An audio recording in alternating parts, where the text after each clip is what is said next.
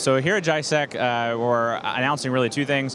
One is just our continued investment in the region. We've been hiring a lot of folks and making sure that we can get industrial companies like electric power, water, oil and gas, like those types of companies, the security technology they need in their OT environments, their operations technology environments. And pretty excitedly, we're announcing the opening of our office here as well. So that's officially happening tomorrow. We're here in Internet City, and one of the things that we really believe is not just selling technology, but how do we sort of transfer knowledge to the local community? How do you be a good partner? So that office is really a training center, industrial ranges and labs and things like that. That way that, again, not only can people be empowered with technology, but we can raise the expertise of the region and really show people how to make sure their infrastructure is safe.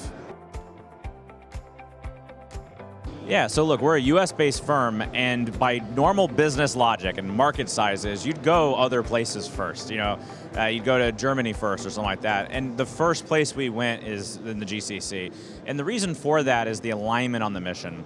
When you talk to the infrastructure owners and operators and the security professionals here in the region, you find people that want to make their infrastructure safer. They want their kids and their families to be safer from cyber attacks on that infrastructure.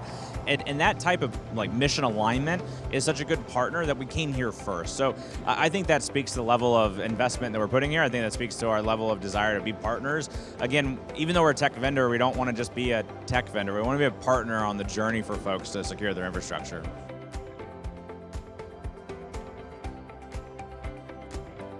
In the US, there's a little bit further in the journey on this topic of industrial security.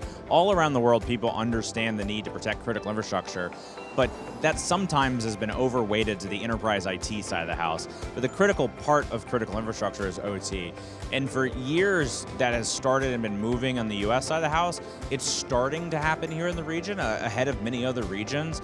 But it's still a cultural discussion to have inside the companies of, what are we aligned to do? How are we trying to do it? How do we approach this problem? Not by copy and pasting our IT security strategy, but by having a unique OT security strategy. So when I look at the region, I view a lot of skill, a lot of people, a lot of passion that want to do this. They're early in the journey, but they stand ready to really propel forward very quickly as there is an understanding of the problem.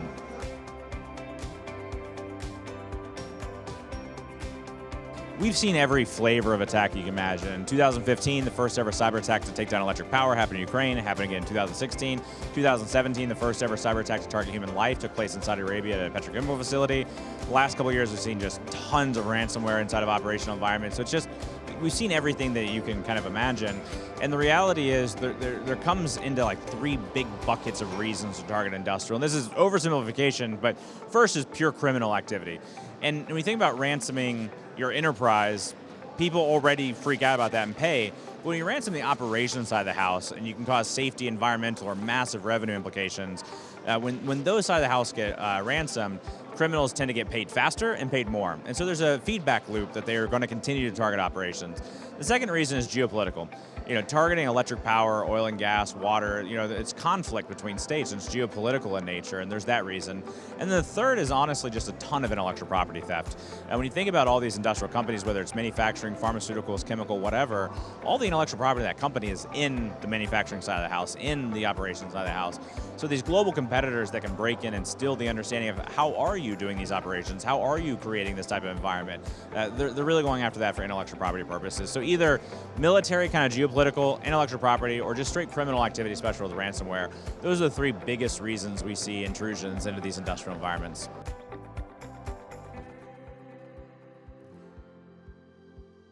Number one important thing is to get alignment in the organization from the executives on down on what are we doing? What are the scenarios we care about? What are the risks? Not how do we protect the VPN, but here's a scenario of what a ransomware would look like in the industrial operations environment. So get real alignment on the scenarios. Number two down from that is get a defensible infrastructure in place, right? Some level of architecture that actually supports whatever those scenarios are. Don't just come up with an architecture, figure out the scenarios, then build that architecture. And then the third thing that's just vital is getting a monitoring program in place. It's not about EDR and system logs and things like that in ICS. It's systems of systems, so it's network monitoring, the visibility and kind of the detection of that. And so by having that kind of understanding of what's really happening inside of the operations environments, it not only benefits for operational resiliency, but it benefits for security. For too long, the mindset has been segmented away, or let's focus on prevention.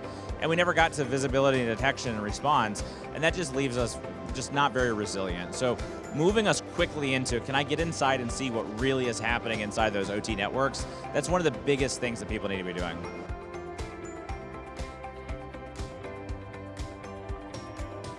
So much about how we structure is around that support and that journey. So yes, we have a technology. Yeah, it's the monitoring technology in those industrial environments, and obviously that's the big revenue driver and the reason we're in business. But our commitment to customers is on that partnership to take them on that journey.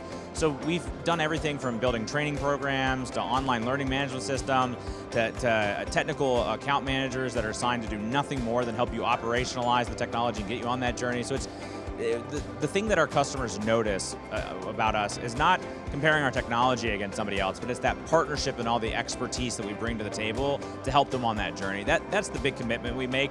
That's the reason we've been trusted by so many.